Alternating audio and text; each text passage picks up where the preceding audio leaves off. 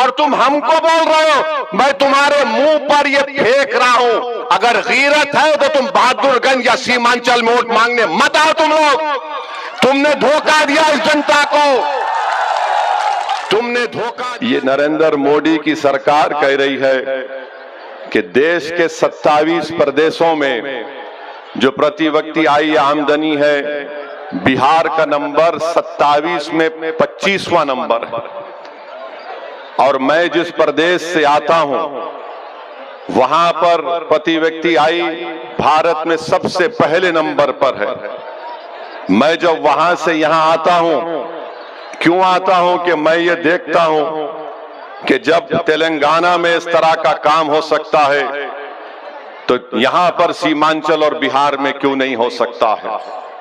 15 साल राजद की सरकार, उससे पहले चले जाइए 20 साल कांग्रेस की सरकार, अब 20 साल से जेडीयू की सरकार है। पूरे देश में 27 प्रदेशों में 25वां नंबर है बिहार का। अब तुम मुझसे कहते हो कि मैं यहां पर क्यों आता हूं। मैं इसलिए यहां पर आता हूं ताकि तुमको आईना दिखाऊं कि तुमने बिहार की जनता को कैसे बर्बाद करने की कोशिश की। फिर आप आ जाइए, हमारी मां और बहनें मेरी बात गौर से सुने।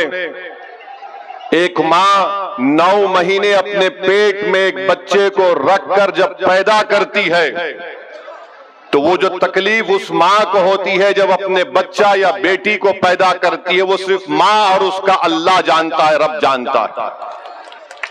और इसीलिए हम मुसलमानों को रसूल अल्लाह सल्लल्लाहु अलैहि वसल्लम ने यह कहा, जब किसी सहाबी रसूल के सामने, हजरत अब्दुल्लाह इब्ने उमर के सामने काबे के तरफ एक बेटे ने अपनी मां को, ज़ईफ मां को गोद में उठाकर काबे का तवाफ किया और आकर अब्दुल्लाह इब्ने उमर रज़ी अल्लाह ताला अन्हु से पूछा कि बताओ कि क्या मैंने अपने मां का हक अदा किया। तो अब्दुल्लाह इब्ने उमर जो फारूक आजम के बेटे, उन्होंने कहा कि तूने कुछ हक अदा नहीं किया अपनी मां का। जब तेरी मां तुझे जन्म दे रही थी तो तू उसकी इतनी तकलीफ को अदा नहीं किया। और वो मां को मैं बता रहा हूं, उन बेटों को बता रहा हूं, बिहार में जो शिशु मृत्यु दर है, यानी जब मां अपने बच्चे को पैदा करती है, भारत के 29 प्रदेशों में 27वां नंबर है बिहार का। सबसे ज्यादा बच्चे मर जाते हैं मां के पेट से पैदा होने के बाद। और ये तमाम राजद हो, कांग्रेस हो, लोजपा हो, बीजेपी हो, अब एक नई पार्टी आई, सब बोल रहे हो वैसी क्यों आया रे, इसका जिम्मेदार कौन है बताओ। फिर आप जानते हैं कि स्टंटेड बोलते हैं, यानी उसको हिंदी में बोलते हैं अविकसित बच्चे। क्या नंबर है बिहार का? 29 प्रदेशों में 27वां नंबर है। जो बच्चे बोलते हैं अंग्रेजी में वेस्टेड, बर्बाद बच्चे, बिहार का नंबर कितना? 29 में 27। कितने बच्चे जिनका वजन कम होता है, कि उसमें नंबर क्या है बिहार का? 29 में 27। 20 साल कांग्रेस की हुकूमत, 15 साल राजद लालू परिवार की हुकूमत, 20 साल नीतीश कुमार बीजेपी तेजस्वी की हुकूमत। और ये आंकड़े हैं मां और बहनों, जब आप 11 तारीख को वोट डालने जाएंगे, आप जानते हैं कि बच्चे को अपने पेट में रखना, उसको पैदा करना, उस मां से पूछो जिसने 9 महीने पेट में अपने बच्चे को रख के पैदा किया, तो मालूम हुआ कि 4 दिन या 15 दिन के बाद उसका बेटा या बेटी मर गई। ये हाल बिहार करके रख दिया गया। अब आप आ जाइए, स्कूल में कितने बच्चे हैं बिहार के? पहली क्लास से 8वीं जमात में क्या नंबर है बिहार का? 28 प्रदेशों में 24वां नंबर है बिहार का। और देश के प्रधानमंत्री नरेंद्र मोदी आकर लंबी लंबी फेंकते हैं कि भाइयों बहनों हम सुनहरा बिहार बना देंगे। तेजस्वी कहते हैं कि नया बिहार बनाएंगे। अरे 28 में 24वां नंबर बिहार का है। जो बच्चे स्कूल में फर्स्ट क्लास से 8वीं क्लास में जाते हैं, कितने बच्चे स्कूल छोड़ देते हैं? बिहार में उनका नंबर क्या है? 28 में 24वां नंबर है बिहार का। अटेंडेंस कितने बच्चे स्कूल को जाते? 6 और 13 साल में बिहार का नंबर 17 है 27 में से। कितने बच्चे स्कूल को जाते हैं 18 और 23 साल में? सबसे कम बिहार का है। और ये तमाम के तमाम हमको ही गाली देते हैं, वैसी क्यों आता है, ये आता है। अब आप ये बताइए, आपको जानकर तकलीफ होगी कि बिहार में सिर्फ 9% घर में पानी की पाइपलाइन से पानी आता है। 20 साल कांग्रेस की सरकार, 15 साल लालू परिवार की सरकार, 20 साल नीतीश कुमार तेजस्वी मोदी की सरकार, और आप हमको गाली देते हैं। तुम सिर्फ 9% घर में पानी का लाइन लेकर गए और बड़ा दावा करते नल जल। अब आप जब सीमांचल की हम बात करते हैं, सीमांचल में आप देख लो कितना जुल्म सीमांचल में हो रहा है। हमारी मां और बहनों, सीमांचल में सबसे ज्यादा शिशु मृत्यु दर, जो बच्चा अपनी मां की कोख से पैदा होता है, सबसे ज्यादा मौत मुस्लिम और खवातीन के बच्चों की होती है। अब आप मुझसे कहते हैं ये क्यों होता है?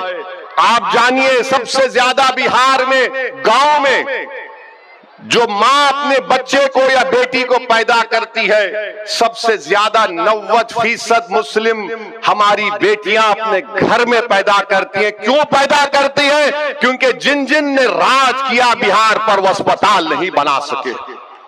मेरे भाई, ताली मारने के लिए नहीं, सोचने के लिए है। और फिर बिहार के गवर्नमेंट का डेटा है कि गरीबी रेखा के दर से बिहार में मुसलमान 50% गांव में गरीबी रेखा के नीचे जिंदगी गुजारते हैं। शहर में 44% गुजारते हैं। ये किशनगंज का जिला है, यहां पर खवानगी का तनासुब खाली 55% है। 55% किशनगंज में है। और बच्चे जिसको मैंने अभी आपके सामने रखा, किशनगंज जिले में जिसको कहते अविकसित बच्चे, कितने हैं किशनगंज में? जिला में 50%। गरीबी कितना है किशनगंज जिला में? 44%। और कितना इलाका इस किशनगंज का जो सैलाब आता है, कटाव होता है, 55% इलाका जिले का सैलाब आता है। और ये सब के सब हमको गाली देते हैं। अबे यार, तुम लोग इतने साल हुकूमत करे, 20 साल कांग्रेस ने किया, 15 साल लालू परिवार ने किया, 20 साल नीतीश कुमार, नरेंद्र मोदी, तेजस्वी यादव ने किया, और तुम हमको बोल रहे हो। मैं तुम्हारे मुंह पर ये फेंक रहा हूं, अगर गीरत है तो तुम बहादुरगंज या सीमांचल में वोट मांगने मत आओ। तुम लोग, तुमने धोखा दिया इस जनता को, तुमने धोखा दिया इस जनता को। और आज हमको बोलते हैं कि क्यों आ रहे हैं? इसलिए आ रहे हैं ये नाइंसाफी को खत्म करने के लिए।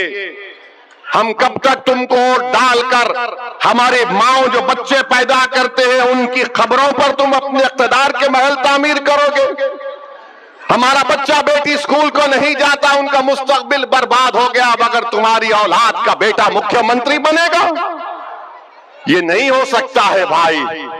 ये लड़ाई बराबरी की है, ये लड़ाई सम्मान की लड़ाई मजलिस इत्तेहादुल मुस्लिमीन लड़ रही है। सीमांचल के इंसाफ की लड़ाई मजलिस इत्तेहादुल मुस्लिमीन लड़ रही है।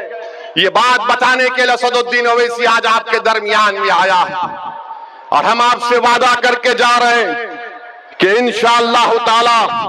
अब आप देखिए, सीमांचल की हम बात कर रहे थे ना, आपने नरेंद्र मोदी को सत्ता दी, 3 मर्तबा प्रधानमंत्री बनाया, नीतीश कुमार को सत्ता दी, 20 साल मुख्यमंत्री, आपने लालू परिवार को सत्ता दी, 15 साल मुख्यमंत्री, 20 साल में 2 मर्तबा तेजस्वी मुख्यमंत्री।